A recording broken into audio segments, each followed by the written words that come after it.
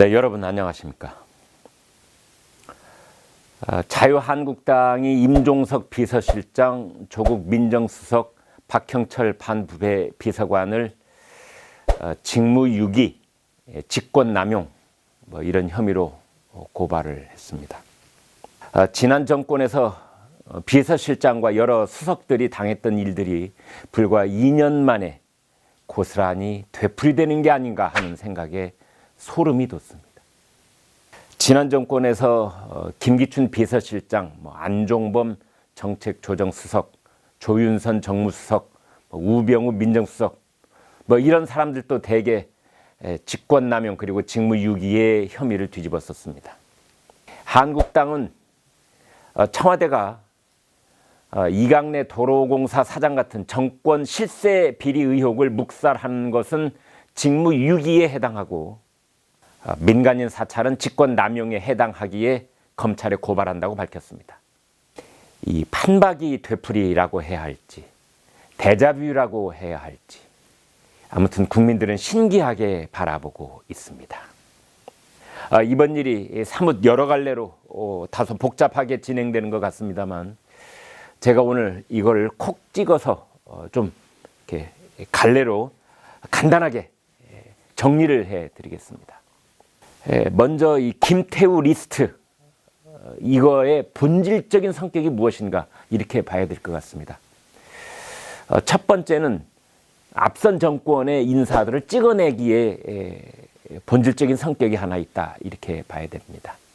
이번에 한국당이 공개한 이 김태우 리스트 100건 그 내용을 살펴보면은 이명박 박근혜 정권 당시에 임명된 공공기관장이 표적 1호로 되어 있습니다.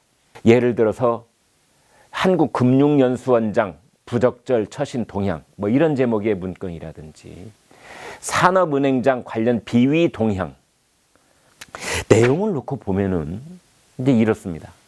사실은 거기에 이 비위 감찰을 받았던 조영재 씨 평생을 금융맨으로 살아온 한국금융연수원장이었습니다. 그런데 지난 4월에 임기도 되지 않았는데 사표를 낼 수밖에 없게 됐죠. 뼛속까지 은행 사람인 산업은행장 이동걸 씨는 지난 8월에 임기와 관계없이 사표를 던지고 말았습니다. 이유는 단 하나처럼 보입니다.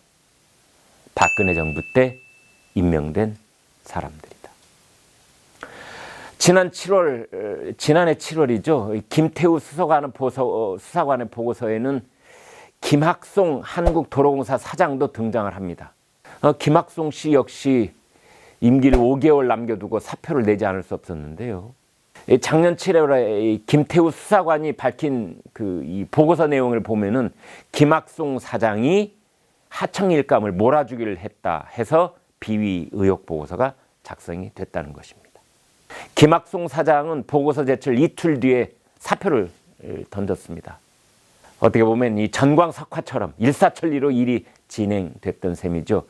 김학송 전 사장에 대한 비위 보고서는 그야말로 전광석화처럼 신속하게 처리를 했는데 민주당 원내대표 출신인 이강래 도로공사 사장은 보고서를 제출받고도 2달 가까이 이 검증 작업 같은 후속 조치를 취하지 않았다고 김태우 수사관은 말하고 있습니다. 이강래 사장 역시도 이 특정 업체의 커피 기계나 원두를 납품할 수 있도록 일감 몰아주기를 했다는 의혹을 받고 있는데 이번에는 윗선에서 이런 반구 말이 없었다는 것이죠. 김태우 수사관은 김학송 사장 비위 의혹을 올리자 상관한테 칭찬도 받았다 이렇게 말하고 있습니다. 친문 인사들과 대선 공신들에게 공공기관장 감투 하나씩 나눠주기 위해서 앞선 정부 인사들 비위를 찾아내서 내쫓아야 했다. 이런 설명입니다. 표적 감찰에 걸리면 당해낼 공공기관장이 없었던 셈이기도 합니다. 또 하나 이번 김태우 리스트에 본질이 있습니다.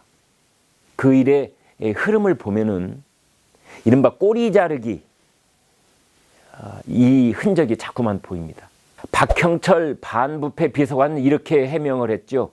전성인 교수 문건, 방통위 주파수 경매 보고서 이 2건은 보고서를 받은 적도 없다. 또 다른 2건 코리아나 호텔 관련 한국당 대표 대선 자금권 이 두 건에 대해서는 김태우라는 사람이 이전 정부에서 민간 영역까지 다양한 첩보 수집을 하던 관행을 못 버리고 특감반장에 보고를 했다. 또 이렇게 해명을 했습니다. 언론사 관련 건에 대해서는 언론 감찰의 소지가 있으니 작성하지 말라고 해서 이인걸 특감반장이 폐기한 보고서다. 이렇게 해명을 했죠. 복잡해 보이십니까? 세 가지로 정리를 해드리겠습니다. 첫 번째, 보고서 받은 적 없다. 두 번째, 이전 정부의 관행이어서 하지 말라고 했다. 세 번째, 폐기했다. 그러니까 보고서 받은 적 없다. 이전 정부의 관행이었다. 폐기했다. 이전 정부의 탓을 하는, 지난 정권 탓을 하는 일은 다른 일이 터졌을 때하고 대응 방식이 아주 비슷합니다. 김태우 수사관은 이제 그렇지 않다고 반박을 하고 있죠. 텔레그램을 통해서 이미 사전 조정을 다 자기 상관들하고 했다는 거죠. 그래서 자기 혼자 독단적으로 개인적 일탈로 보고서를 만들었다. 이건 말이 안 된다. 이렇게 반박을 하고 있습니다. 업무 특성상 자기는 외근을 자주 해야 되는 그런 요원이었기 때문에 이제 텔레그램으로 먼저 상관한테 이런 거 내가 조사를 하고 있다 보내면 암묵적으로 그게 오케이, 일 계속 진행, 이런 식이었다고 지금 얘기를 하는 겁니다. 사전 조율이 우선 이루어지기 때문에 자의적인 보고서 작성은 아니다. 심지어 김태우 수사관이 물러날 때 이인걸 특감반장이 김태우 수사관을 불렀다는 거 아닙니까? 그러면서 했다는 말이 이런 말입니다. 나 너 좋아하는 거 알지? 살아서 돌아와라. 이렇게 말을 했다는 거죠. 이번 사태 꼬리 자르기 측면이 있다고 말씀을 드렸는데요. 여기가 김태우 수사관 있지 않습니까? 그 위가 이인걸 특감반장입니다. 그 위가 박형철 반부패 비서관, 그 위가 조국 민정수석, 그 위가 임종석 비서실장입니다. 이렇게 5단계가 있습니다. 그런데 현재까지 드러나는 걸 보면 맨 밑에 김태우 수사관 쫓겨났죠?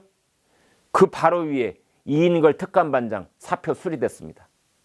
결국 5 중에 아래로 2만 꼬리 자르기를 한 셈입니다. 조국 수석은 문재인 정부 출범 사흘 만인 작년 5월이었죠. 그때 언론 인터뷰에서 정윤회 문건 사건 당시 청와대 민정실 조사가 잘못됐다면서 재조사를 하겠다 이렇게 말한 적이 있습니다. 조 수석은 박정부 민정수석실이 정윤회 문건을 찌라시라고 묵살했던 잘못이 왜 벌어졌는지 파헤쳐서 바로잡겠다 이런 거죠. 근데 지금 청와대는 자신들의 운영해온 특감반 활동 내용이 드러나자 미꾸라지의 일탈 행동이다 이러면서 앞선 정부와 똑같은 행태를 보이고 있는 겁니다. 심지어 청와대 감찰 조직과 검찰을 동원해서 전 정권 사람들의 비위를 들춰내고 찍어내는 수법은 살아있는 정권의 가장 비열한 얼굴을 보는 것 같습니다. 정의로운 나라를 만들겠다는 문재인 정권이기에 더 실망스럽습니다. 누구한테 배웠는지는 몰라도 아무튼 놀라울 정도로 집요한 앞선 정권 인사 찍어내기, 그리고 너무 과도하게 일을 벌인 끝에 찾아오는 청와대 내부 고발과 감찰 보고서 파문, 그리고 이어지는 야당의 청와대 인사에 대한 직권남용 고발장, 이런 것들이 마치 되풀이 상영되는 영화를 보고 있는 것만 같습니다. 김광일의 입에 공감하시면 구독을 눌러주십시오. 고맙습니다.